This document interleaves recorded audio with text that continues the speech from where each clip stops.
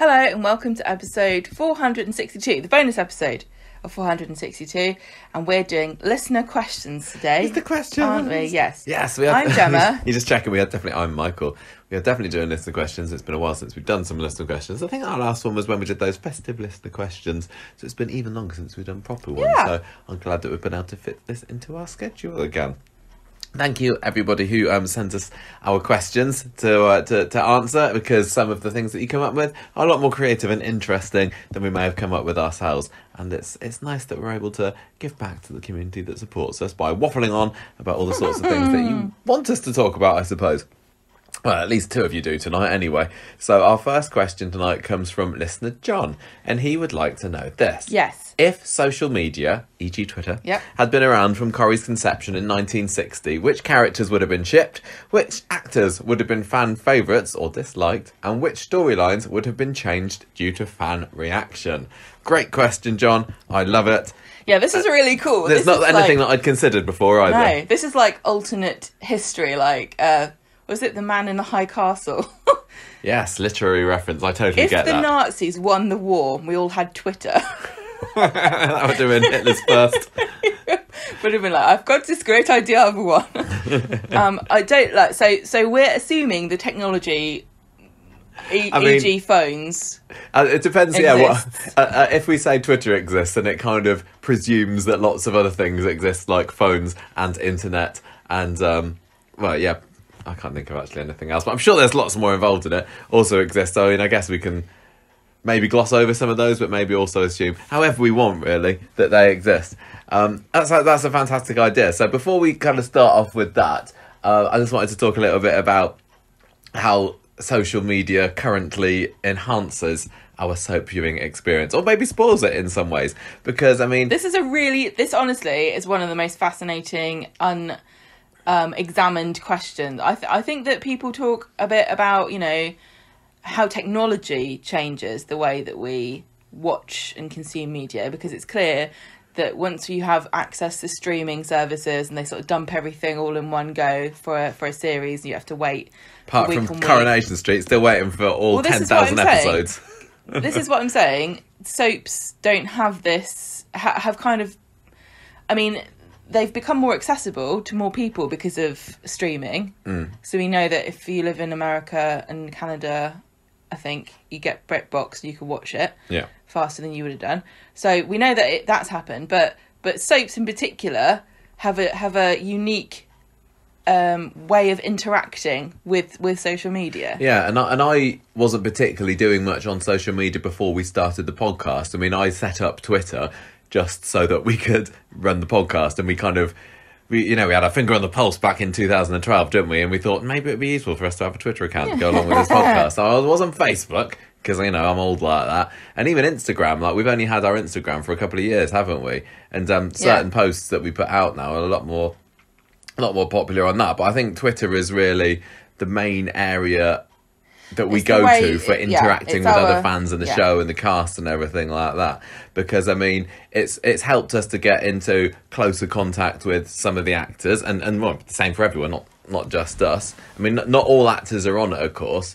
And it's kind of interesting to...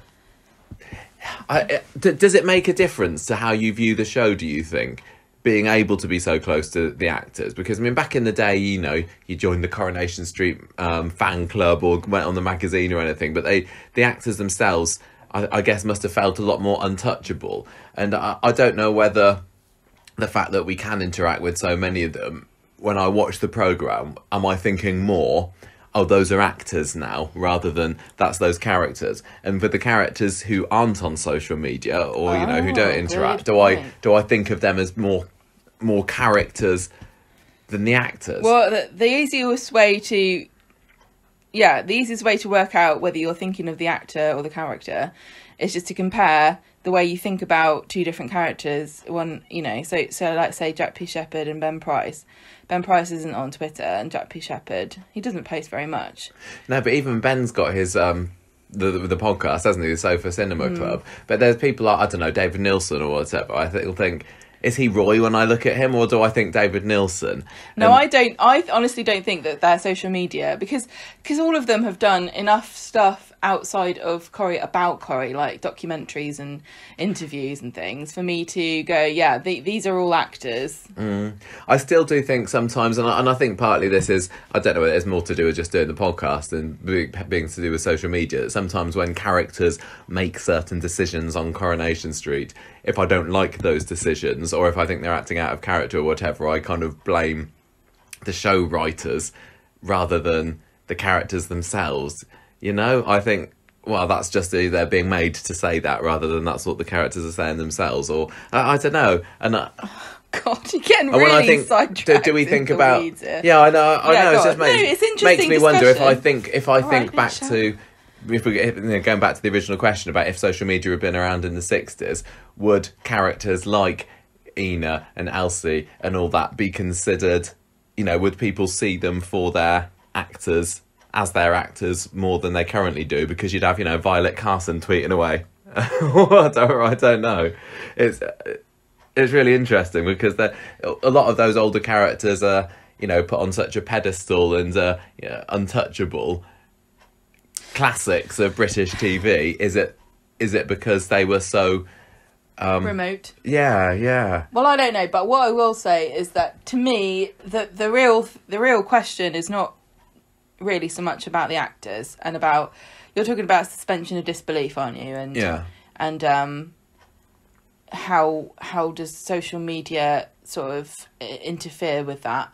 To me, the thing that social media does with soaps is allow people to discuss what they think about what's going on, or perhaps even register their dislike of something in the hopes that it will affect in some way what happens in the future.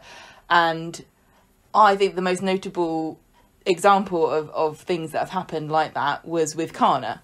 And I honestly, it seems very clear to me that social media fans, and there were a very small group of them, but they were very vocal, actually had a very concrete and detrimental effect on how that story played out. Because we know that when Bhavna wanted to leave the show, she said that she didn't want her character to leave Kate. Because of how, I think, I don't know if I'm putting words in her mouth here, but the insinuation to me was that they've got such a massive fan base, and this fan base is so passionate that I don't want to let them down by having this character split up. And I don't think she's wrong, because I also think the same consideration was made when Hayley, who played Hayley? Julie Hesman-House. When she wanted to leave, she had a similar thing. So it wasn't just the fan base, it was also like the integrity of this character. Like, Hayley would never leave Roy. I don't think you can say the same thing about Rana and Kate. I don't think they were the love that would last the centuries at all. That it was just hype. But Bhavna didn't want to let these people down, in my opinion, and so she demanded, or asked that she be killed off. So we were left then with a story that pleased nobody, because the fans were placated, and that's not always a good idea. And they ruined the story for themselves and everybody else, because they were a very toxic fan base. So I wonder... And I would say also, I don't know what happened with that particular group of people, but not every single shipping fan group, because that's another big thing, isn't it? Part of internet culture is shipping groups. And if you don't know what shipping is, it's just relationships where people...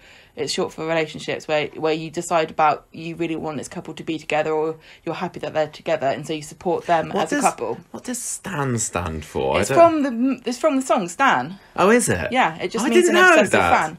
Oh, okay, that's interesting. Yeah, all these little Zoomers think that they invented Standom, but our generation were the one that came up with the name for it. So who do you think But listen, what I'm saying is, these... like shippers. Oh, you totally derailed what I was trying to say. Sorry, because you were talking about that. I was wondering who back in the 1960s. I've forgotten what my point was. I was really building up to a point. Oh, I'm sorry. I might come back to you. I can't remember. Who in the 1960s would people have shipped and stand? Because that was part of John's original question, and I think almost certainly Len and Elsie would have had their rabid fan base, wouldn't they? Because the other big fan base that's around at the moment for Coronation Street is Carla and Peter, yes, isn't exactly. it? I was just about to say, assumed... Not every group of people who are shippers are toxic, because I think the Carla and Peter fan people are really respectful and nice, and they don't attack you for your opinions. Yeah. And that's what, sometimes it becomes quite unpleasant when you're in a group of people and you can't allow other people to have their opinions. So I think that was like a one-off, the Kana, the toxicness of that group, because I think that they thought that they were fighting for a social progression. You know, they weren't, it wasn't about really, it wasn't really about Rana and Kate. It was about representation of gay people on television and mixed race couples, etc. So they were really passionate, but it was about more than the couple, so they got annoyed and took it a bit too far when people disagreed with them. And I can understand why they got so passionate, but that's probably why you don't see it so much with other couples. Yeah. So did you reckon that Len and Elsie would have been the biggest one from the 60s? Because that's a really fascinating relationship, in that they never, you know, they were never properly romantically involved, were they? Well, we keep always harping on about this, like, they never did, you know, the will they won't they of Len and Elsie, and no, they never did. And it's really kind of almost... It was a passionate kind of love affair, almost, that never went anywhere, because they were so involved in each other's lives, and they had a real sense of possession over one another, didn't they?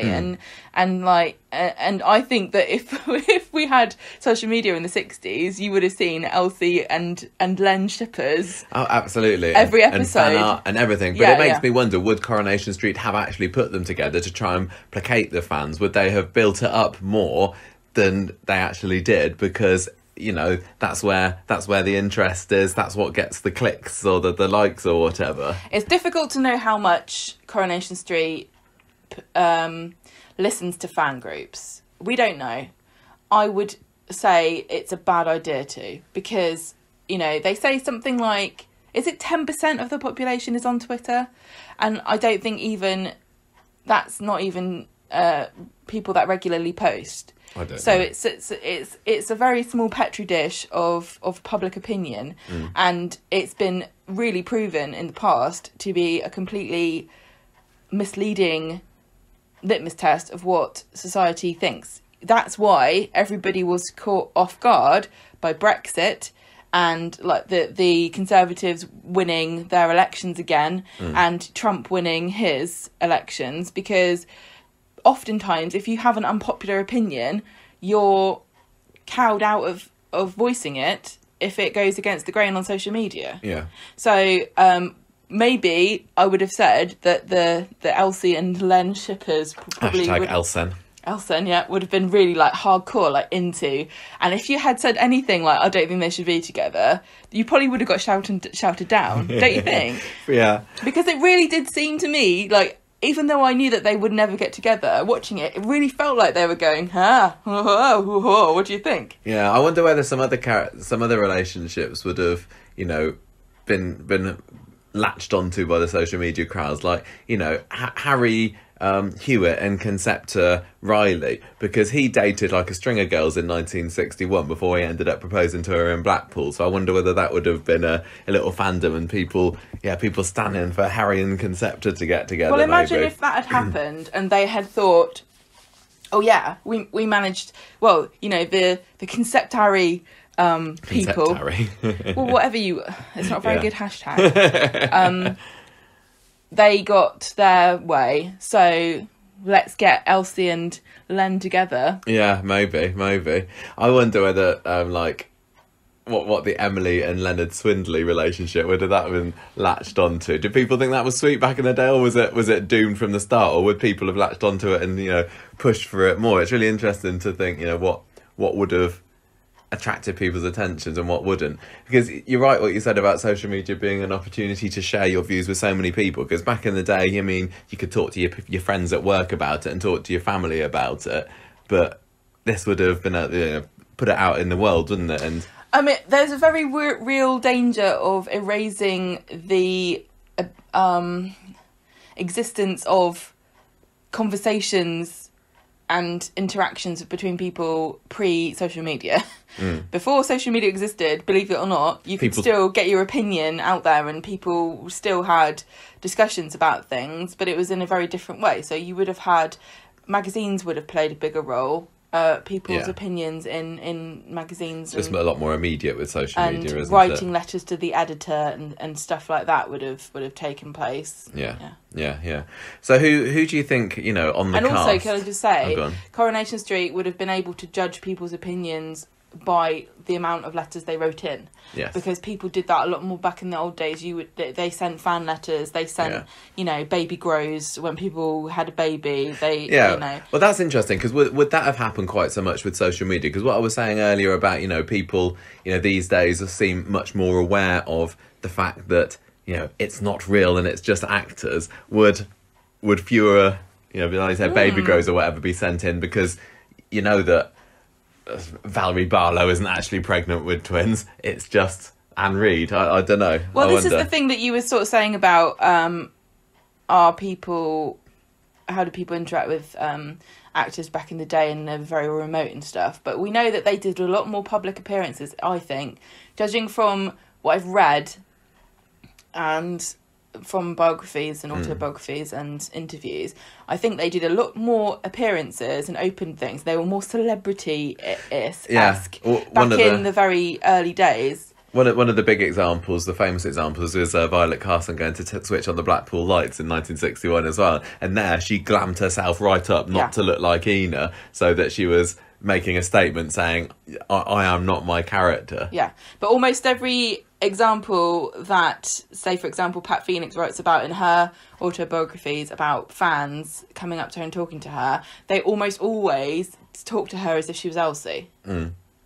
Yeah, I wonder how different that is these. I mean, I know you hear about actors saying they get called their character names in the street. Yeah, people will also be very negative to them if they're playing a villain. Yeah, that's true. And they don't seem to be able to separate, no matter how immediate the actor has access to you on social media. It just seems that there are still people that can't separate fiction. I suppose the other thing about if there was social media in Coronation Street, I mean, a lot of social media users skew to the younger side, don't they? But back in the day, depends on what platform. Yeah, if we're talking about Twitter, yes. Facebook, no.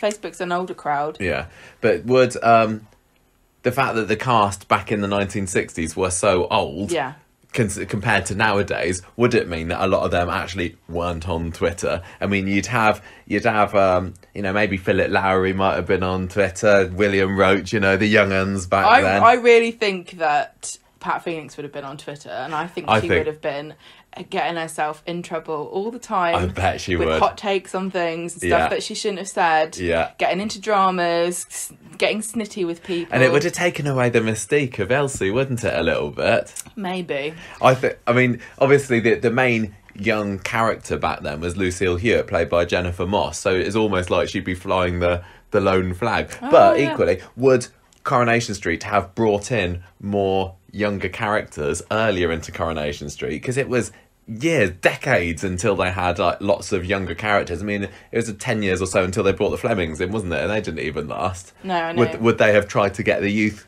characters into Coronation Street more? Because cared what young people thought about stuff so much back in the old days, and it's kind of crazy how much we do put so much importance on one sort of demographic of people. But Coronation Street, and as with all TV, wants people chatting about it and talking about it, and if there's no one to talk back to or it's not the right audience, then they're not getting the hit. But so I don't necessarily agree with that. I think that the social media managers do want that because that's their job, but I don't know that many, I don't know how much it's used as a yardstick to measure success with by other people, because people talk about soap when it's going wrong as well, and that's not what you want. You don't want that kind of attention. Yeah, that's true.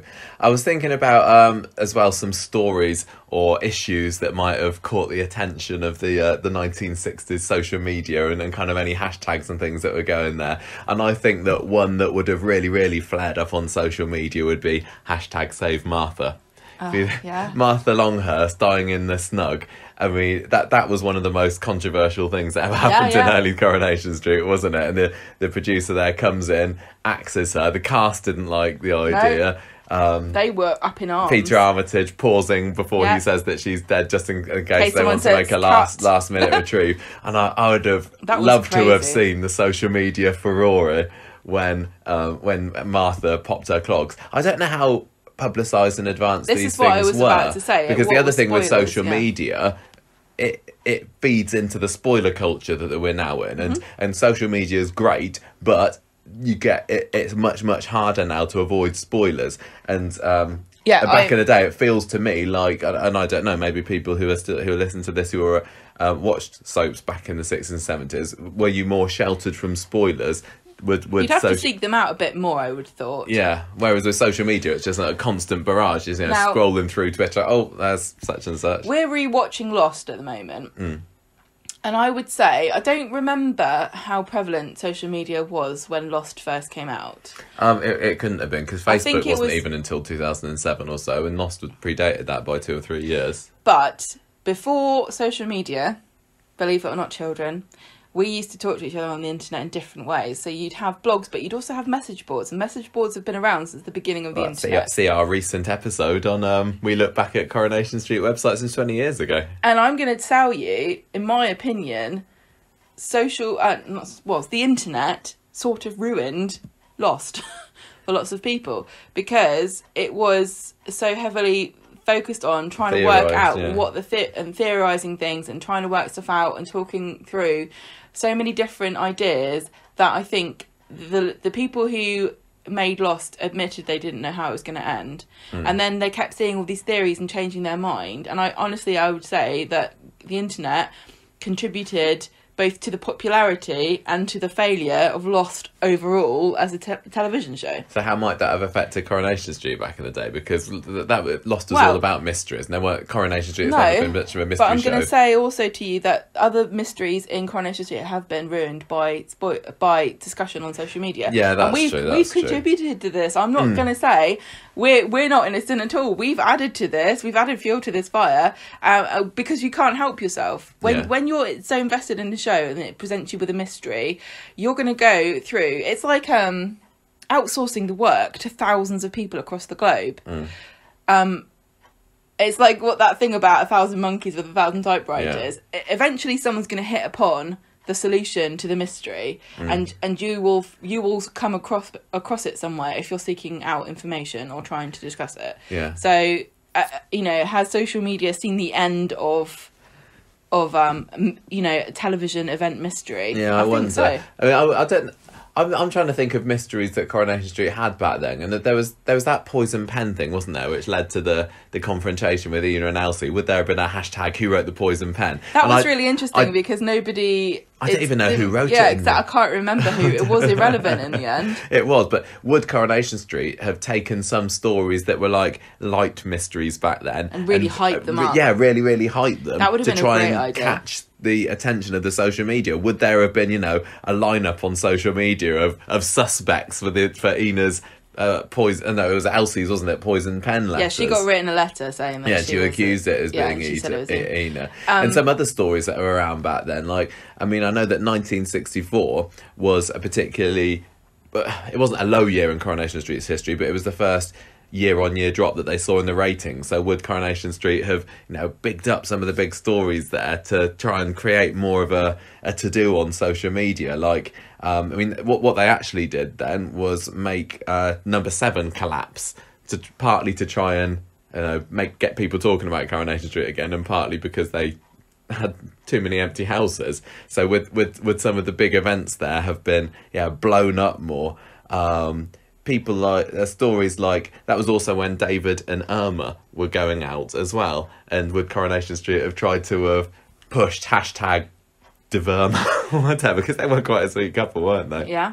I don't know. It's really interesting to I can think imagine about. there being lots of arguing about Ken's little demonstration, the ban the bomb. Oh, hashtag thing. ban the bomb would have been on there, wouldn't it? Because Ken's always been a very liberal person, hasn't he? Yeah. But you only have to look at the result of general elections to say that in general the UK is quite a conservative country, despite what you might think. This is the thing about social media.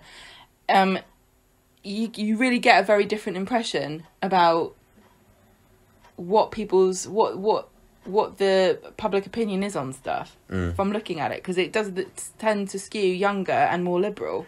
Because older people don't use it as much, and they certainly don't interact with the same sort of people that we would tend to. Yeah. Speaking of what you said about it skewing towards younger people again, I know we come back around to that as we mentioned it before. It made me wonder whether some of the other kind of younger characters would have been bigged up more, like Sheila Birtles, Doreen Lostock, for example, who to me never particularly feel like they were huge characters back in the 60s. Really get fleshed out. Would they have fleshed them out more because they wanted to attract them? I mean, would we have had a hashtag Barmcake Girls? Because that's what I think they were referred to. Would we have tried to have any kind of shipping between Doreen and Sheila? I suppose no. If we're not, maybe not in the 60s the way that we think of the 60s now, a bit more of a conservative era, but you know, maybe, who knows?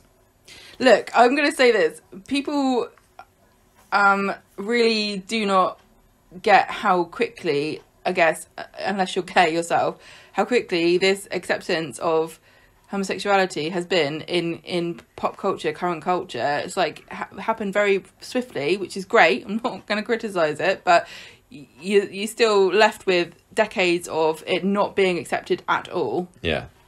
And this is why I don't understand why people could are earlier so... social media have precipitated acceptance? Don't know. What were you going to say? I don't understand why people are so surprised that the Pope's like, yeah, don't be gay. Did you see this recently? No, He's like, we can't bless gay marriages in the church. And everyone's like, what? But I thought you were a nice Catholics. Like, they've not misrepresented themselves. I don't understand why you think that they're suddenly going to change their idea about what God told them. Speaking of Sheila Birtles just then, that made me think as well about her suicide. Or, well, the fact she didn't end up killing herself, did she? That was the big story back in the early to mid-60s? I can't remember, where she was going to take those pills and kill herself. And that got out to the press earlier, and then they changed it. I wonder what that would have been like, the social media storm upon hearing that they were going to have her kill herself. Do you remember what it was about that they didn't like? Was it that they found it to be too salacious and scandalous, sure. Or was it that they thought it was sad and they wanted to save her? I don't think it was. No, it wasn't that. Was it like an outrage too to scandalous? Moral decency? Maybe it was a bit of a taboo, and we don't talk about things like that. And yes, we had Christine Hardman on the roof. Hashtag don't jump Christine. But I think that was a very accepted sort of, the woman's being melodramatic again, you know. Yeah. The amount of Hitchcock heroines who've tried to jump in front of a train. Yeah. You know, it seemed like the very dumb thing for a woman to become hysterical in inverted commas and threaten something like that. But actually doing it's a completely different thing altogether. I think with Sheila though, it would have. I don't know how people back then got the message to Granada saying no, don't do it, but certainly these days it would have been, you know, a lot more immediate. Look, over this is the social other thing media. I'm going to point out that people don't remember about the pre-internet days, not just social media. We used to have more than one postal service a day in this country. You used to be able to get first and second post, and it wasn't actually that long ago that they got rid of second post. I remember when I was first started my job, which was about 15 years ago, I'd have to wait for second post sometimes for things to come. Back in the very early, you know, this is way before the 60s, but it's in the Victorian era, there would be multiple. There would be 10, 11 different postal. When they were ready to give it to you. Because people would be able to have a conversation over the course of a day in letter form through the post. And so you think that emails are a new invention and that being able to talk to somebody across the other side of the planet but in the same country as you or in the same area as you, being able to talk to somebody in letter form almost instantaneously and have a conversation over the course of a day was perfectly possible even 100 years ago.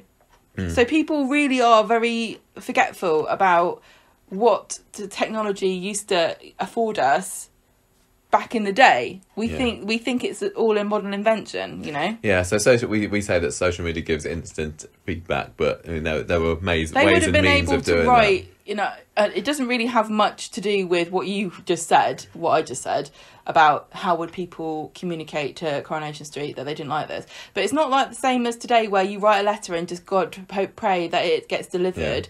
Yeah. I've been waiting since January, and now we're in the middle of March, for a package from somebody who works for me who lives in Finland, who hasn't been able to post it to me yet because of all the Brexit stuff and the pandemic.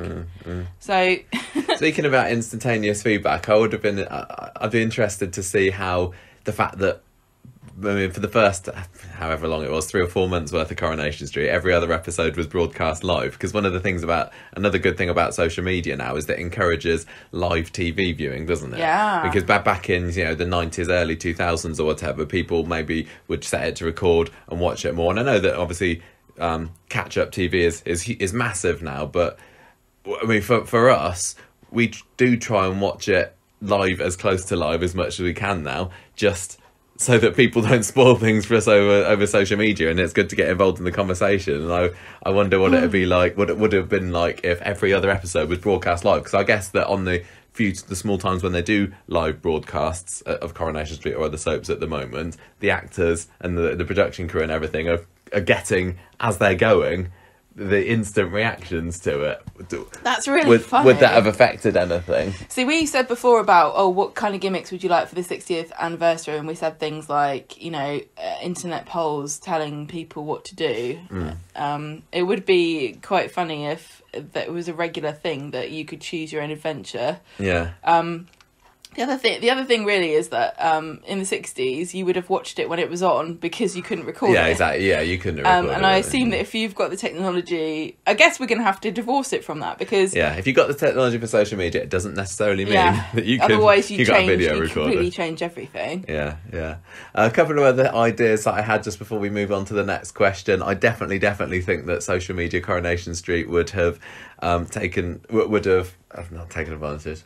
They would have used it to promote the Walter Potts story. Now, I don't know whether you remember about that, but this was this guy that Dennis Tanner was the talent agent of, and he was a singer who had the stage name of Brett Falcon, and I still love that name. He was he was a singer on the show, but he released a single in real life, didn't they? This song called Not Too Little, Not Too Much, which got to number 17 in the real life charts in 1963. And I bet that would have been all over social media. And I wonder whether this Brett Falcon character would have been bigger on Coronation Street, because he would have been almost like the face of Corrie's social media channels for a little bit or something. I don't know. I don't know. What else is there to say? I just want to say one thing about social media. Sort of the fact that they exist kind of prompts you almost to feel as though you must share your thoughts about everything with the world, and I'm guilty of this. I don't think anyone cares, but I can't help myself. And one thing that it does do is, if you read something that somebody that you really like as an actor or character, if you read something that they have written that you don't disagree with in some manner, and I'm not going to name names here, I think you guys can work it out for yourselves a lot of the time. If you really disagree with what they say, it can really put you off them and the character that they play sometimes. Yeah, that's true. And I don't think that's beneficial, but I don't know that it's that much different from how it used to be, because I think that back in the old days, the actors were in the papers a lot more than they seem to be now. I think that they were super, super mega celebrities, because we didn't have that many. It was right at the beginning of, the idea of celebrity on telly, wasn't it? Because it was before, it was mostly... That was, but I've... So I think, Pat Phoenix had a very tumultuous life, and I can imagine some people, reading in the papers about her divorce and saying, "Oh God, I don't like that woman, so I don't like Elsie anymore." It's coming to... I don't know whether I'm completely making this up, but I thought... Oh, tell me. I thought that until, 80s, early 90s, I don't know where I've read this. Come on. That Coronation Street actors were kind of advised not to talk about their personal lives and to keep interviews strictly about the show.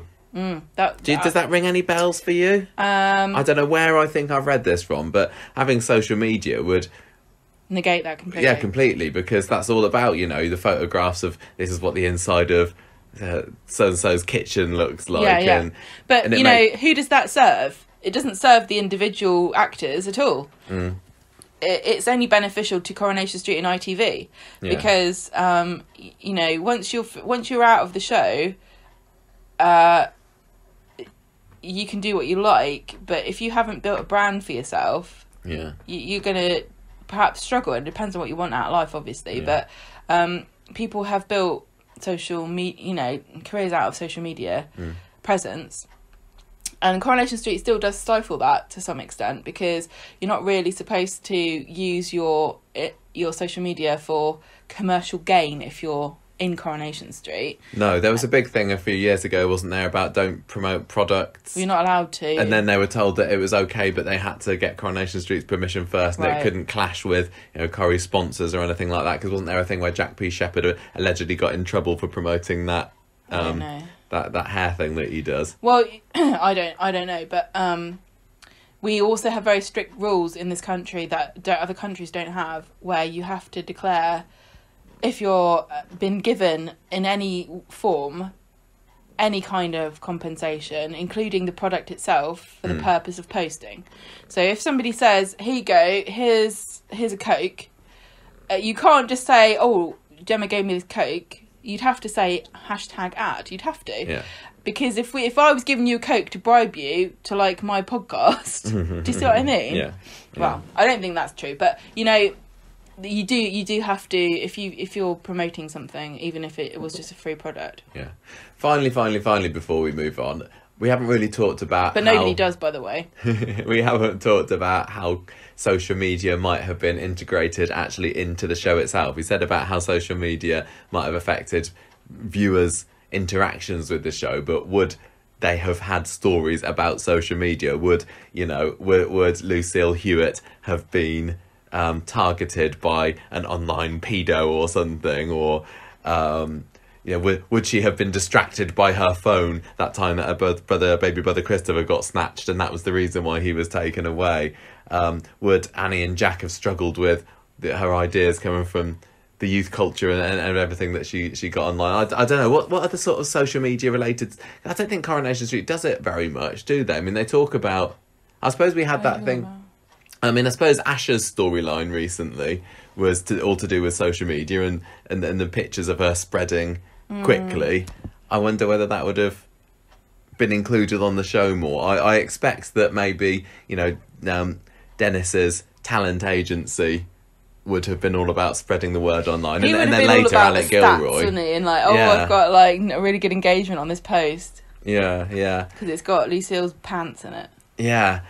And I mean, I suppose there was also like, I suppose Bethany's grooming story was related to social media in a way, wasn't it? Because it started off with her doing those hairdressing tutorials online. I was just thinking that Lucille Hewitt could have been a much, much bigger character. And there was at one point that one of the producers, I think it might have been Tim Aspinall, maybe wanted to get rid of her because he was like the Axeman that got rid of quite a few of the cast. And he was told by an even higher up, no, you're not getting rid of her because she's the only young cast member. Yeah. Would that have been completely out of the question if it was in social media age? Because so it would have given the opportunity for so many different types of stories. I don't know. Social media in the 60s would have been so completely different from what it is like now. Because in many ways, they were a lot more well, I'm trying to think of how to phrase this. Like, social media now is people are very policey of each other, and there are certain things that you would never be able to get away with saying that were commonplace things to think and say back in the 60s, weren't there? So, like, Dennis Tanner doing a video of Lucille Hewitt dancing in a go-go pants on the bar would have been hilarious, and everyone would have thought it was great. Yeah. But if they'd said, "Oh, Lucille Hewitt is a fancy Sheila Birtles," there would have been like a nuclear bomb had gone off. Yeah. So the social acceptance, the landscape of that back in the 60s was a completely different world. Yeah. And people would have been up in arms about completely different, unexpected things than they are now. Like, nobody bats an eyelid about the fact that Adam and Sarah were going to get a divorce or that he cheated on her. But back in the day, God, that would have been probably one of the most scandalous things that could have happened. I wonder going on later, like what the social media storm would have been for like the Ken, Mike, Deirdre love triangle, or yeah, all right, interesting. I mean, I think we talked about this enough now, but I could talk about this for another 2 hours. I think we've got a few ideas out of this. It really is fascinating. I just, this is one of these things where it's so sad that you can't. I wish we had supercomputers that are so advanced you could just like plug in all these variables and then kind of observe what would have happened. Yeah, it would be so fascinating. Models. Yeah, I'd like to know what the social media crowds would have thought of like the Ogdens when they joined or whatever. Like, would they have gone down a storm, or would there have been a huge onslaught of hatred for this even more common family that would have potentially had the producers going, oh, people don't like them, let's get rid of them. It really depends. I think that they really do have. I think that they're quite good at sticking to their plans. Yeah, they are. I don't think, for all that we complain and sort of say, I can't believe they're doing this, that, and the other thing. Really letting Twitter in particular tell you how to run a show is like, you might as well jump off a bridge. There's no point. You're playing to such a small crowd of people, and just because they're very vocal, it doesn't mean that they represent the viewing public. And I guess the only thing I would say is that it makes sense to pander a bit more perhaps to particularly Twitter, because it's younger people and you want to invest in younger viewers because you know that you're going to get more years out of them watching, and you really need to replace. This is the thing that if I was in charge of a soap, this would be my probably biggest concern, is replenishing your fan base and ensuring that you have a wide range of age groups that are being represented. And I think that's probably why we're seeing so many teen stories on the show. Maybe, it really doesn't make sense for them to only focus on older characters. Yeah, and just because that, you need to build. Just that could have massively changed Coronation Street, which for the first 40 years or so was so focused on the older characters, but in the social media age would it have been different? I don't know. So what was the question? I don't know is the answer to John's question about how would Coronation Street have been different if social media had been around back then. We talked about who'd have been shipped, maybe fan favourite actors. We've kind of talked maybe a little bit about that. I don't think that there would have been a massive difference in who's the fan favourites, because I think that the people were definitely able and very willing to register their opinions about a lot of this stuff. Yeah, but it was just interesting through the method, just through writing letters. It's interesting what you said about if some actors were particularly vocal about certain things online, would they have not gone down well with the viewers? Well, I can imagine back in the day when it was a very conservative world, if you were a bit too supportive of liberal ideas, perhaps you might have been out on your bum. Maybe. And what? I just thought of when Peter Armitage got rid of on Coronation Street, who played Len Fairclough, that was to do with like leaking things to the press that he shouldn't have done, would he? Would he have been a little bit? Would it have been online? Well, it was weird. If you think about the acceptance of homosexuality in the UK and how very backwards it has been for a long time, not just here but across the world. But really think about what the culture of Coronation Street was like, because Tony Warren was a gay man and he was openly gay. And he spoke as well. I'm not saying that it was a very liberal and accepting world for him, because he's spoken out loud about how he was discriminated against and how people used to talk about him in front of him and about gay people in front of his face without really realising how insulting they were being. But, would Pat Phoenix have been fired for, admitting that she had friends who were gay? Yeah, maybe. On social media. Like, here's a tweet of me and my friend out on the town, and you're in a gay bar, or that guy is maybe not there would have been so many scandals that would have come out. Did I say Peter Adams, or did I say something else? That's just been going around. Did I say Armitage? That's something different, somebody different. Self-correcting. Self-correcting. We also said last week that Sally and Tim were getting married. We say the wrong Sally names and all the Kevin. time. We say the wrong names all the time. I know who I'm talking You guys about. need to edit on the fly for us. We all make our mistakes. Right, I think we're done with that question. That's been long enough. Great question. I enjoyed that. What do you guys think? Yes. Yeah, How would tell Coronation us. Street be different in the 60s with social media? And Gemma, I'm going to leave the next question to you to Hang read. on. I need to slap. Slurp of wine before you read. This is from Gentle Dreams Edits. And they want to know, out of all of the retcons on Corrie, which bothered you the most and which didn't you mind? Oh, retcons, I hate them. Michael can't cope with the fact that the retcon of every day is a new day on Coronation Street, but no weekends exist. Can't Deal with that most basic. It is a retcon. So retroactive continuity, to give it its full term, is when you take an existing established series of events and then you change. And then you mention, like, no, it happened in this way, actually, and kind of go back and change how it actually happened. Well, there's a difference between a continuity error, in my opinion, and a proper retcon, which is where you go, let's pretend that didn't happen. Yeah. Because a continuity error is a very common thing, especially on a show. It's complicated and as long-running as Coronation Street. You can forgive somebody for getting wrong, how many times Len Fairclough went to the Rovers or whatever, like that's fine. But when you're talking about facts that seem quite important. Well, it's also things like, when Kevin seemed to forget that he had a dead child.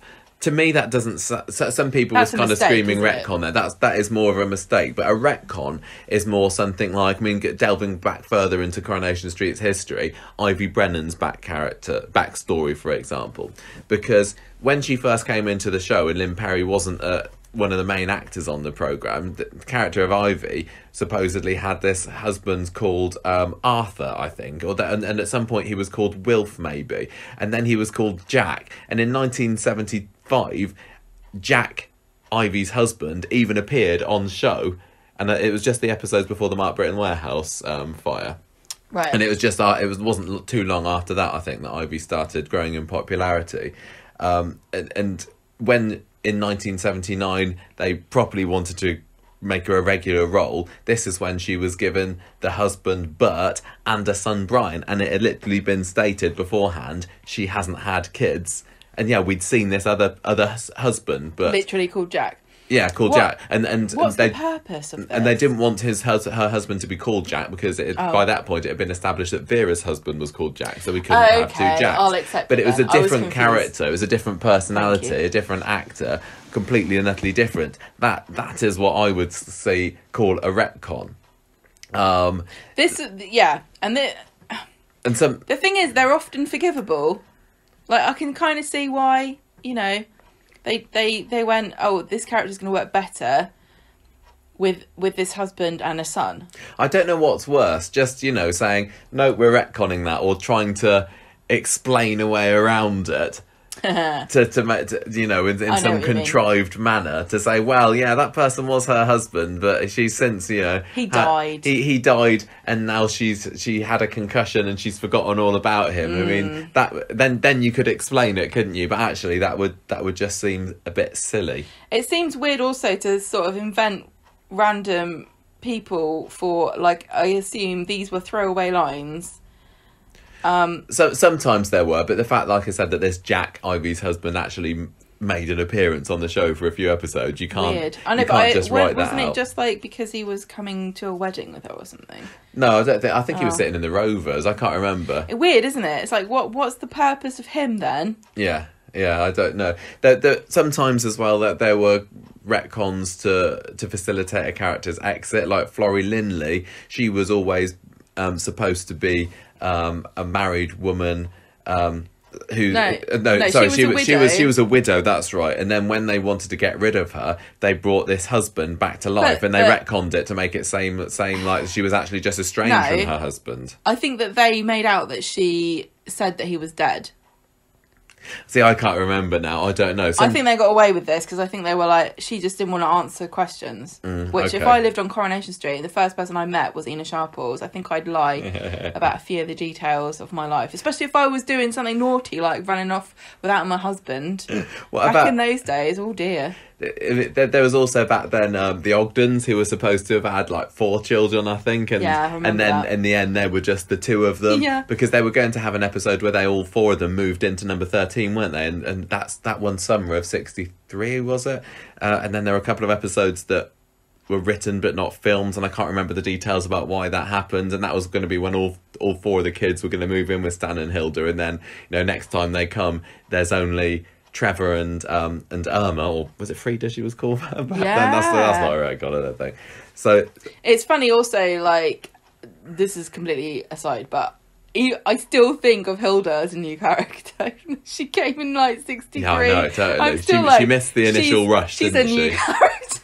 Yeah, I know exactly what you mean. I feel the same way. So, I mean, how do you generally feel about them? Because I think for me, it's like at the time, You find them infuriating. and none of these that we're talking about, obviously, These are aren't ones that we bothersome. watched live. I think the fact that, because I'm so removed from all of this, Yeah. I think, oh, well, that was just something they did back then. Well, But- when you watch it now, knowing what is established fact now, you're like, huh, that's funny. When they first introduced this character, they had this story. Yeah. So it doesn't bother you. But that's even the case with like the Barlow Baldwin clan, or the Baldwins, I suppose it more was, which is the other massive. If you search Coronation Street retcon, you will find Adam Barlow's picture there, because he's a massive retcon in that Susan Barlow was supposed to have, or Susan Baldwin, sorry, was Sash Barlow was supposed to have aborted him when she was going out. Well, no, when she was married to Mike, because she wanted a career, didn't she? And Mike wanted kids, and he was trying to force her to have children. And then when she actually got pregnant, she was like, she freaked out. Supposedly aborted Adam, although we didn't see it. And that's the thing you can say about quite a few of these supposed such a records. We didn't cowardly see her get out of jail free card. the abortion. You didn't see it happen, so it didn't. But for all those years, all throughout the late 80s, all throughout the 90s and into the early 2000s, the Coronation Street viewers were led to believe that Susan had this abortion, and she'd been living off screen, obviously. and then she comes back with Adam, and it's just like, Now, Adam has become a relatively important character. I mean, he's not up there with the all-time greats or anything, is he? But if they'd stuck to their guns, they would have missed out on some great Coronation Street stuff. Can I point out, I mean, the thing about retcons is that there's no logic behind what's going to annoy you and what isn't. No, but because really big things can sort of slide by me. Well, and with this one, really stupid small things can stick in my craw for years. I know. With this thing with Adam, even, I don't think that particularly bothered me at the time, because when I was watching it back in 2001, I didn't watch it in 1987. I didn't see Susan Barlow Baldwin going, being torn to pieces by this marriage to Mike that wasn't going the way she wanted to. I didn't see her, agonising over whether to have the abortion or not. But probably if I had, then Adam's existence would have bothered me more. I mean, I suppose related to that, talking about Susan, what has stuck on my craw, as you said, a bit more was the whole thing about Billy's involvement in Susan's death back in the early 2000s. Yeah. Which, sometimes that's the sort of thing that just seems contrived. And that's why Coronation Street might say, well, we never saw that the accident that Susan had, so maybe Billy was there. And I don't like when they try and retro, squeeze things into a story just for sensationalism. It boils down to me, how invested was I in the original story? Yeah. And how much does it stretch my disbelief to have me believe that this thing happened?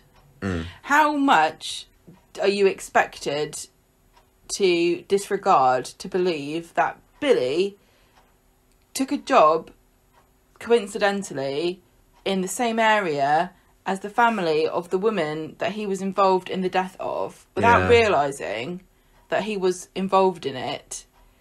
How How the likely coincidences is that? make it worse sometimes. It don't really they? is. If it's like, number one, if you're like, no, I'm happy with how the story was originally, and then they come out with something that is so ridiculous that it would beg a belief, even if it wasn't a retcon.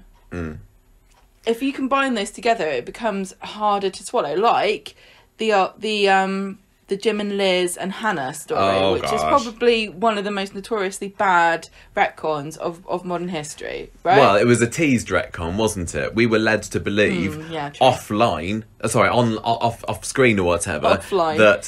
that their daughter Katie, who had died a couple of days after being born, was actually baby swapped and then flown off to Australia. And it was good in a way that was nipped in the bud quite quickly on the show, because we for months were led to believe, because they were trumping, Jim's big Jim's return and everything, and Katie's going to be back, and everyone got right up in arms about this, about how dare you retcon Coronation Street history, because when Liz had her abortion, people really got into the McDonald's then, and that just Can I point out that there's another retcon here that you haven't addressed, which is the retcon that we are supposed to believe that Jim would hate his wife so much that he would lie about their aborted baby in order to scam money out of her. Well, which I'm sorry, but that's a retcon. I don't think that he would do that to her. And we're supposed to be, and also, he's not stupid. And this plan was one of the dumbest plans that anybody's come up with on Coronation Street. So we're supposed to believe he's heartless and stupid. For me, that doesn't count as a retcon at all. That's just a character being written in a way that's out of character. Yeah, and like I was saying in the last bit, that when stupid things like that happen, I don't even think of it as being the character. I just think of it as being the storyliners or whatever. What have the evil writers done to you? I'm very, very glad that they nipped that one in the bud pretty quickly and made it out to be a scam. One that's been, I suppose, more recently has irked me more, because I said all these other ones did, and even, still on the Baldwin line, the fact that the whole of Danny Baldwin, Frankie Baldwin, Jamie and Warren existing as a retcon as well, wasn't it? Because Mike never had a brother originally, and then back when the Baldwin clan was expanded suddenly in 2004, it's like, oh yes, he did have a brother. So that doesn't even bother me, because I didn't know Mike Baldwin back in the 70s or 80s when it was said he didn't have a brother. But anyway, I digress. So what does bother you? The one that bothered me maybe more recently was the Jackie Dobbs thing, because I saw Jackie Dobbs coming into the show when Deirdre was in prison in 1998. I saw her relationship with her son Tyrone, and there was obviously no kind of hints at all dropped that Tyrone wasn't her son, that you think she might have done. And then 2-3 years ago, for them to turn around and say, actually, Jackie didn't give birth to Tyrone, she picked him up at the police station or whatever the story was. That's annoyed me a lot more, because I saw Jackie with Tyrone, so I'm kind of getting a little bit of a taste of what it's like for the people who saw Susan agonising over her abortion, or who I saw Ivy with her other husband's Jack. Back in the day, it would have been easier to get away with stuff like this, because you need to have watched every single episode and have really paid very close attention to a lot of things that it's easy to forget. So Coropedia is a really helpful resource for us to track where things get retconned. And does that contribute then to us? Yeah, I think it having does. a problem when you can look at, I'll tell you one thing. A click of a mouse, you can say, aha. One thing I don't like is when they change people's ages or birthdays, and it's so stupid. I just find it really irritating, because they've changed some people's ages, haven't they? Well, this is soap opera rapid age syndrome that we're talking about at the moment. SORAS. And, okay. Yeah, it's a thing. I mean, character like Peter Barlow, his age has been all over the place. And considering that he and Susan were quite, important big curry babies, because, birth didn't happen very much back in the day. Were they the first? No, they weren't. No, they weren't the first, but they were the first I think they were the first babies to become proper characters, because Concepta and Harry had Christopher. Yeah. Was that the first baby? I'm not sure now. They were very close to the first. Yeah. But Peter Barlow, his age changed quite a lot over the teenage years, just to fit the stories. Like, because there was one where he wanted to join the Navy, but actually he was only, 14, so they made him however old you need to be, 16, 17 or so. And then a few years later, his age went back to where it should have been, and like his 18th or his 21st birthday or something was where it should have been. It really does mess it about, but I wonder whether people noticed it as much. It doesn't. This back is in the the day thing. because they didn't This have is why- Corriepedia or they didn't have the books. I mean, I can't remember when Corrie first had its first archivist, because Darren Little wasn't the first one, but I think Corrie went for a good 10 years before they even got an archivist. I think they were realising we'd set lots of stories in motion here, and people are gonna, and we need to make sure we're staying somewhat consistent. It's such a silly thing to get up in arms about, but it's also such a thing that you can get right if you really care. Which bit Who was particularly? it that... was it Nick? No, it was Robert, who had his 40th birthday. No, he was telling everybody that it was his 50th birthday coming up. Yeah, and it wasn't. And it wasn't. But then they later said, what is it to do I with don't hiding the remember. wedding or It's just something? dumb. But no, I don't think that counted. What annoyed me then made me think was why doesn't anybody notice that it's not his 50th birthday? Yeah, but look, this is the thing we're getting to the crux of the matter, is that some people are going to be annoyed by a retcon and other people aren't. Yeah. Again, the Peter Barlow one doesn't particularly bother me because that happened before I was born. Looking back at it, it seems quite quaint. The Asher and Ardy one, though, that we're kind of going through at the moment, like, oh yeah, that does kind of hurt me a little bit because they've been aged up a year. But that's not a great amount of, that's a sort of, it's not, but because starlet kind of. But because it's happening right now, and it's like I remember when Ardy and Asher were born. It fits. It seems odd. Now, it'd be even worse if they did it to say Hope, for example, because she was born amongst the tram crash in 2010. Good point. That would seem completely not right if they aged her up, because there's an anniversary going on there. But I mean, sometimes it will work. Having Ardy and Asher being a bit older than they're supposed to means that we're getting the stories that we're currently getting, which is great. Sometimes they'll age up characters so that they can interact with others, like Mark Redman, who was Mike's son, his first son with Maggie Redman, was aged up so that he could go to school with a young Nick in the early 90s. But because Mark, I guess, was away from the show for a bit, because every so often Maggie Redman would turn up, like they'd go to a flower shop, wouldn't they? I don't think people were particularly bothered or invested in that character. I mean, people aren't invested in Asher and Ardy either, but because they haven't, well, apart from a brief period in their young childhood. Yeah, they are now. They've been permanently on the show. It makes it worse. I mean, another one that I found, which I didn't even realise about until I was doing some research for this, was that Mary's age has been changed as well. When she first came onto the show, her original date of birth was 1974, but now it's agreed as being 1970, and that was twisted a little bit to fit the story about when she was raped and got pregnant with Jude. Jude was. Yeah, and that, I suppose, doesn't bother me as much, because their age was never important. I think when there are children, then their age is changing, because you go through so many changes and so many things are linked to how old you are. Yeah, that's more of a. Yeah, so how important is the thing that we've changed, really? Yeah, even Ken's had his age changed. He was originally supposed to be born in 1937, and then that was then changed to 1939 at some point. So he's been youthed. Dennis Tanner was his age was changed by 4 years. He's 4 years younger, in Coronation Street history than he originally was portrayed as being. Elsie as well, youth by about 5 years. Well, if we can hang on a minute, we can do this. No, sadly we are not. I'm going to do characters. I don't think it would work. I was born in 86, and I will hear no argument. No, 88, I'm going to say.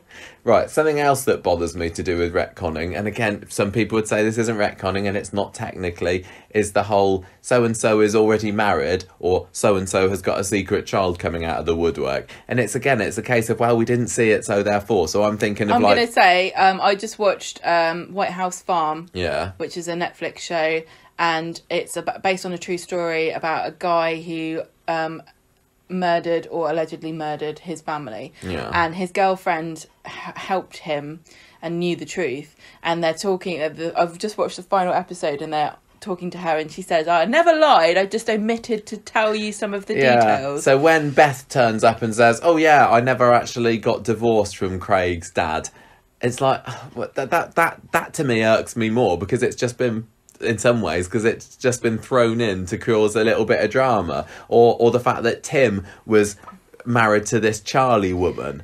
And the reasons as well. If they can't come up with a logical reason, it really annoys me. Well, that's the same with like Tim not being able to read as well. Tim not being able to read is rubbish. And there's but you hold a paper. Oh yeah, well sometimes I just like to hold the newspaper to make it look like I read or something. He's like, oh, you always pretend when you can't read, you pretend that you can, so that people won't know. That fact is true, and they could have done a lot to help illiteracy in adults by really taking this as a topic and showing all the ways that he has accommodated his, because it is a disability, into his life to make it not apparent that it was true. And instead it was just a throwaway. What was the point of it? What was the reason?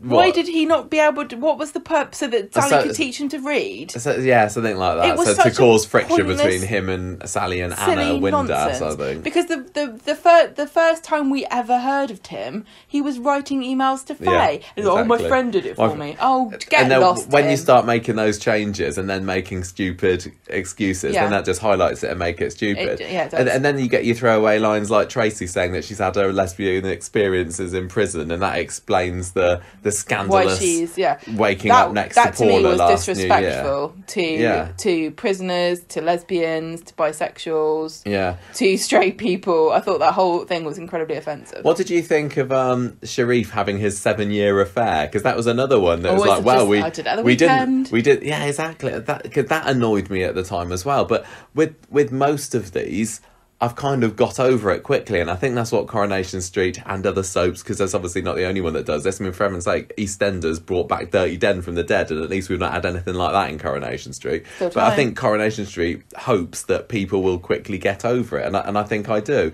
Sharif going out with Sonia for 7 years, and we'd only known the character 2 years, so literally all the time and a lot more that he'd been in the show, he'd been secretly having it off with her. It's like, I don't believe it. Sonia. Sonia. And that was quite similar to, I think, to Denise Osborne, who'd been secretly having it off with her brother-in-law, Brian Dunkley, back in the early 90s as well. Like, well, we didn't see every movement, so she could have been getting up with everything. Can I just... The thing is, clunky. It does feel clunky, and it feels rude, because it's not quite the same thing as saying, well, the characters go to the toilet, you never see it doesn't mean that none of them go. No, that's not. Get over it. And the other thing is, they plan so far in advance. We are led to believe, or we've been told, that storylines planned up to a year in advance. If they're planning things so far in advance, can't they chuck in a couple of, things that we wouldn't notice or care about, and say, oh, that was actually, like Sharif going, yeah, I've got to go play golf. And then it turns out he doesn't even have golf clubs, It wouldn't take very much for them to solidify an alibi to make these make sense in advance. Yeah. Well, for some things. So another branch of this retconning, I think I alluded to this earlier, was children coming out of nowhere. And nobody ever mentions that there's this child, and then suddenly they're here. Like, George Shuttleworth is a recent example. Surely... he would have been mentioned by Archie 20 years ago. Maybe not necessarily. Because I have co-workers who will never talk about the children unless I say, oh, how's the kids, But just let me finish. George Shuttleworth existing, yet Audrey being given 80 grand makes no sense. That's the problem. You're right. And him not rocking up and going, Audrey, where's my money? Or like, how did you spend my dad's cash? Because honestly, if either his dad screwed him over, in which case, why is he so concerned with continuing the family business? Your dad's dead. He's not going to be impressed anymore. Yeah. And also, he screwed you over by not giving you an inheritance. Aren't you mad about that? Yeah. Either that, or he's so loaded that 80 grand is like a raindrop in a bucket to him. Why is he pandemic. Why can't he afford to hire the driver then? There's so many things don't make any sense. Yeah, and they just try and explain it away. I've just remembered another retcon that really, really, really massively wound me up, I think even more than the Jackie Dobbs one. It's Flippin' Hayley and her son.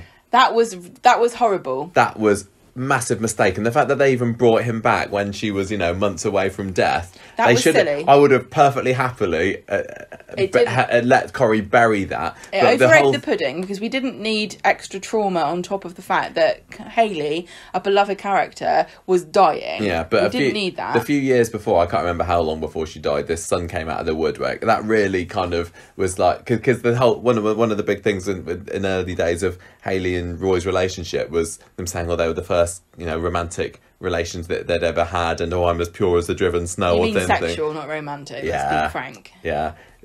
Hayley said that she said I'm a virgin, and then for her to say, oh well, I meant I was a virgin in my woman's body. It wasn't very respectful to trans really, people, really not in my respectful. It opinion. wasn't respectful to the fans, and it was clearly It made there her just into to a liar. It made her into a liar, and for somebody like Hayley, who, you know, Very is honest. very honest and Especially integrity to is- Roy, because Yeah. Roy would have said, I think that you've been telling fibs then, because I don't think at any point Roy was saying, I will only marry if you're a virgin. She chose to tell him that she had not Yeah. been with another person, and to have all these I hated caveats that. I and really hated secret like, well, you know, it didn't count because of X, Y, and Z. Mm. Roy would have been hurt and betrayed by that, and as viewers we were too, because it didn't matter to us whether she was a virgin or not. I think- Nobody's doing purity tests on soap characters. I think Roy probably was, but I just hate it when Well, they I'm try telling and you, get out it was on a unnecessary. technicality. The whole thing about her having a secret son, it just kind of made a circus out of being trans. Yeah, yeah. And we didn't need it, because Hayley was such a great advocate character for trans women and their experience, and, you know, saying it doesn't make any difference. Yeah. And then to have this secret in the you know, it just very unsavoury, because nobody, especially, and very dated too, because these days nobody holds it against a trans woman if she's had a child before she transitioned. It's like, oh, isn't this a scandal? It's like, no, not really, Coronation Street. You're kind of showing you're being a bit bigoted, in fact, by trying to make this into a drama. I don't know. I just So found that one very really wound me up. More nasty so taste. than say, say Jade. Again, another recent example. That's kind of a retcon, isn't Yeah, it? John that was Stape having a stupid. kid. Again, not mentioned. I mean, that's in the same kind of ballpark as the The George trouble Shuttleworth, is- isn't it? Like, he probably would have mentioned. Oh no, was he? No, John wasn't supposed to have known about this Yes, kid, was I'm just he? going to point this out. There's no way that you can say that. I mean, it's very easy I keep saying get out of jail free card. Very easy to say any male character had a kid without knowing. Yeah. If they had sex with a woman without protection, or even with protection, at any point at all, off screen in the last however many years, they can have a kid that they didn't know about. Maybe that's why that one didn't bother me so much at the time, because he was supposedly not known about No, it. But I but don't she like said when that they... she knew her dad, didn't she? No, I hadn't the Oh, mum she been... lied? No, I thought the I don't mum had been remember. writing letters or making out this Oh. dad to be a superhero. Yeah, that's kind when of he didn't silly. even know about her. See, like Emma Brooker Yeah. being Steve's daughter. See, that's kind of a retcon, but it's kind of a nice one. Sometimes it works. Even, what I was getting annoyed about earlier, about the Tyrone Jackie Dobbs retcon there, that's given us Evelyn, who's like one of my favourite characters now. Yeah. So sometimes I will be more willing to forgive retcons when good things come out of it. But I'm not saying do it all the time, Coronation Street. I think the problem I come up against is that they have become, in my opinion, more frequent and more unbelievable. It feels, you're right. There's a real difference between a bit of admin and kind of fudging figures in the background, like, oh, they're a year older than we said they were, sorry. That's okay. Or, so-and-so's husband is actually Fred and not Bill, okay, whatever. But then, Johnny is secretly Carla's dad, and Emma's secretly Steve's daughter. It's just like, really? Billy secretly killed it's like Susan. so many in such a short Yeah. period of time. Yeah, that's true. I mean, when it was revealed that Fred was actually Ashley's dad and not his uncle, and he, Uncle Fred was for 4 or 5 years that's how we saw them. But the And, thing and at is, the time, though- I think I thought it was quite exciting. Yeah, but the problem... Because it wasn't done so much. Yeah, number one, it was more unprecedented. And number two, he was so super involved in Ashley's life. It kind Yeah. of like, oh, That makes sense now. Yeah. If a retcon kind of makes sense of something that previously was nonsensical or kind of unusual, great. Fine, whatever. And there really is a difference between, well, you couldn't have known, and, well, we led you to believe something different. Yeah. Because we didn't know. We said that the or Fres and whatever. Ashley thing was unprecedented, but we did also have it, back in the 60s, 70s, whenever it was, with Betty and Gordon, didn't Yeah, I we? didn't mean Because to use that word. Gordon Clegg was brought in as Maggie Clegg's son, and the characters all played it as if they were as if that they were, but then it turned out that actually Betty was Gordon's son, and the actors didn't like Gordon's that. Mum, sorry, and the actors didn't like it, did they? Can you just remind me? Did Gordon know that, or was he raised secretly? Yes, Gordon didn't realise. Okay, but the thing about that is that to me that's a kind of historical thing that happened because of the way that society was very judgmental about unmarried mothers. Yeah, and it's happened to like high profile people who are celebrities who have found out that they, Ted Bundy and who's the other guy? The one who was in The Shining, but Jack Nicholson, being raised by people that they, didn't realise weren't their parents, has a precedent. How many of these other things have precedents? Tim not being able to read, that has a precedent in real life. People who can't read, who are illiterate as adults, are often ashamed of themselves and go to great lengths to hide this from other people. Yeah. And it was an opportunity to explore this in a sensitive way, and they didn't take it. Didn't really in the end, did they? Okay, I think we're almost done on this. My conclusion is, if it happened before I started watching Coronation Street, I just write it off as being, a little quaint thing back then. I don't like that it maybe it feels like they're starting to do it more often, but don't are do they? it too much. I don't really know. And if something good comes out of it, I say, well, okay, fine, thank you, we have Evelyn, but don't do it again, because honestly, Evelyn could have been brought in as a relative of Jackie's or something, One couldn't thing they? we haven't mentioned at all is the geography of Coronation Street and how it's akin to, like... that's kind of retconning, isn't it? What's it called? Diagon Alley, where everything kind of moves around, and nothing is set in stone, even though it literally is made of stone. I suppose since at least the establishment of the Grape Street set, things has. No, that's not even true. Things haven't necessarily stayed the same for there. Look at Rosamond Street now, which used to be this major highway of Weatherfield, and now it's got like 2 addresses on it, hasn't it? The Bookies and not the Bookies, whatever it is, the Florists and Billy's flat and the medical centre. And Victoria Gardens has always been there, but just it wasn't until very recently that everybody decided it was the best place to deal drugs from. Yeah, it's a bit silly, really. They've had an extra window just appear in the Rovers 5 years ago when they moved to Media City. Yeah, when you were a kid, was one of the things, this is what I used to do all the time. I used to draw Treasure Island maps. Did you used to draw maps when you were a kid? I think maybe. I remember I used to be quite obsessed with things like, the maps that they had in the front of the Oz books. I think children love maps, don't they? But there's definitely a fascination with creating fictional worlds or fantasy worlds and doing a map. Well, I do like seeing some of the old maps that they make of Weatherfield, that were published in the papers and things. But why couldn't they just have drawn a map and stuck to it? I don't understand. Because let's face it, all the stuff that's up Victoria Street now could have just gone onto Rosamond Street. I think the thing with Rosamond Street is they under the viaduct next to the Rovers, they used to have just like a picture, didn't they, of the road going down, and maybe in the HD era or whatever, they were like, it wouldn't have looked as good. But it does irk me, because now it's almost like Rosamond Street never existed, and that's in a way that's one of the massivest retcons that Coronation Street's ever had, because Rosamond Street used to be really quite important. But you could say, the street was blocked off, and then that happens in real life. But the fact that it's been put in with some hardware shop or something that looks old, like it's been there for a long time. That does bug me. Oh, I wish you hadn't thought of that now. Sorry. And the whole of the Victoria Street thing, yeah, it was always there. And then we look back at episodes, 10 years ago, and there's just this scaffolding up there. It's like, no, it wasn't always there. And like was the precinct, where's that? Yeah.